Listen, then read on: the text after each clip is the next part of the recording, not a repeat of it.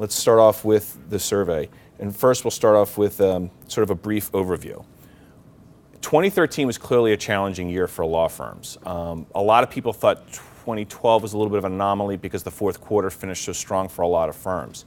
If you just look, and I'll remember, this is snapshots, and it's not necessarily indicative of everybody, but if you look at I think there's 13 Pennsylvania-based Am Law 200 firms. If you look at those firms, in 2012, they were all basically flat or had increases. 2013, 5 of the 13 were down, and some of them were down significantly. Over the last several years, I would say, anecdotally, looking at the Am Law 200 firms that are based in this state, on average, the growth was usually, I'd say, 1 to 3%, with a couple outliers at 5 to 7, and then everyone was basically flat or maybe only down like, 0.1%.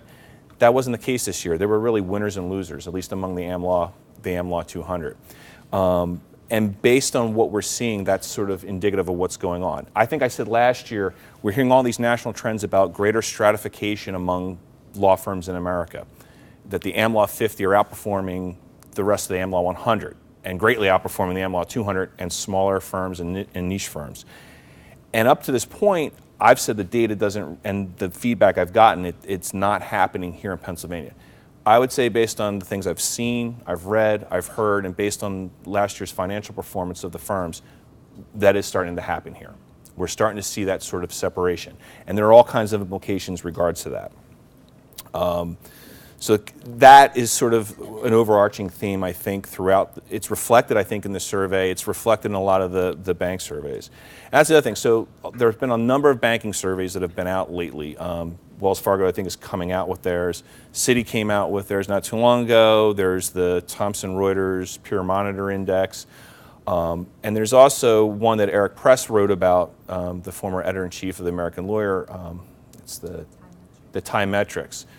And it's interesting. So most of the surveys, unlike last year, most of the surveys show managing partners are upbeat nationally. Generally, the confidence is up a little bit better.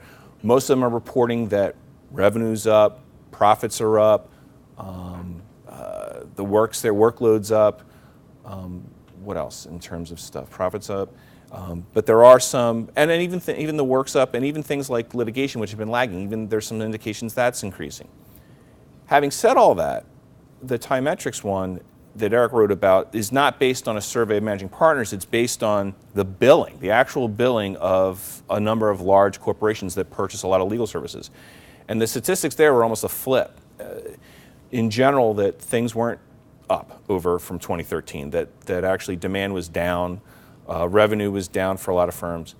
But having said all that, what's consistent about all the surveys, and they're all over the little place, what's consistent is who's doing the best? The Am Law 1 to 50. And they're doing substantially better in terms of revenue, profits, rate increases, exponentially than the smaller firms. Now, in comparison with our managing partner survey, which goes to the PA Law 100, you're talking firms anywhere from over 1,000, more than 1,000 lawyers to firms with 28 to 30 lawyers.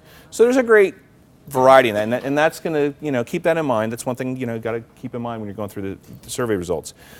But having said that, in general, the survey results show that in terms of looking forward to 2015, managing partners in Pennsylvania are more optimistic than the national. And that's, I think, consistent from year to year that we've seen. Having said all that, too, though, it's still very much a buyer's market. We hear constantly, both from GCs are very adamant about putting pricing pressure, about pushing back on bills, about being more forceful about who they want handling matters. We're hearing a lot about that, and I can reflect on that a little bit later.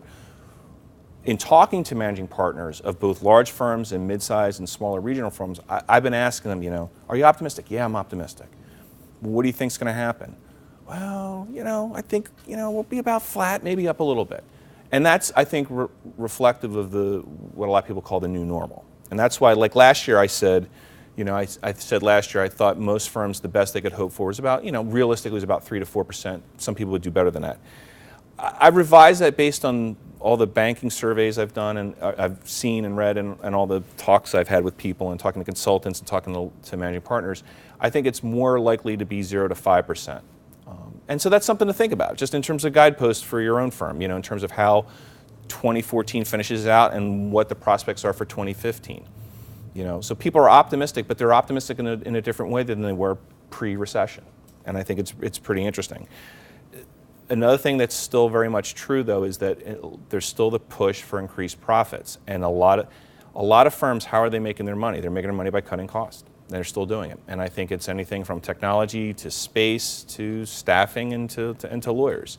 And we'll get into that a little bit later in the survey, and it's not quite as dire as it is in some years with the survey, but that's constantly on the table. And I think for the struggle to grow revenue is a persistent theme from the largest firms to the smallest firms. How do they get there? What are they doing? How are they going to get more revenue? And no one has I'll be the first to tell you that I don't think anyone has the answer.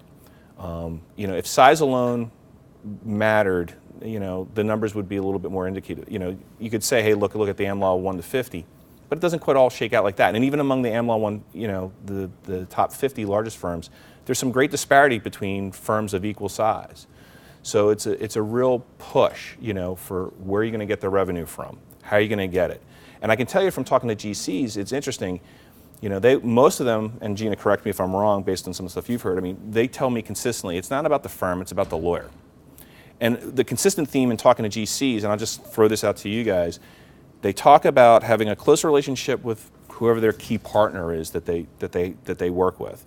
They express constant frustration with dealing with the bureaucracy and the billing practices of a lot of law firms. I don't know whether you guys hear that or not, but they say it all the time. It drives them nuts. We've done some articles on this. They say cross-selling sucks. They hate cross-selling. They do.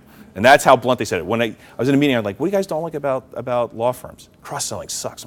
I ran out, I go to Gene, I go, you got to do an article. Cross-selling sucks. The headline worked out a little differently. Well, and then you get them on the phone and they're like, well, this way some firms do it. We don't. So it wasn't. I wanted to run a headline that said cross-selling sucks. I might have gotten some pushback from some of my editors, but anyway.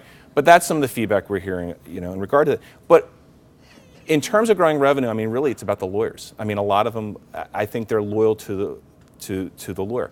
Although I get the sense, and I don't know if you've seen it, I think in terms of growing revenue, I do think there is some opportunity to get new clients out there. I think some GCs, especially for more commoditized work, are willing to move to another firm. And I think they're willing to think slightly smaller. But there's no guarantees in that. But I do get that sense. I get the sense that they are willing to try. That they're still in the phase now where they're pushing back on price. But they're under, the other constant drumbeat is they're under constant pressure from upper management in their companies, from purchasing and procurement. That's another constant theme is that procurement wanting to make inroads with the GCs in terms of getting involved in the procurement of outside legal services. Also hearing on the persistent theme about a lot of in-house counsel thinking about hiring more and taking more work in-house. So just keep that all in mind, in terms of framing some of these results and in terms about how do we grow revenue.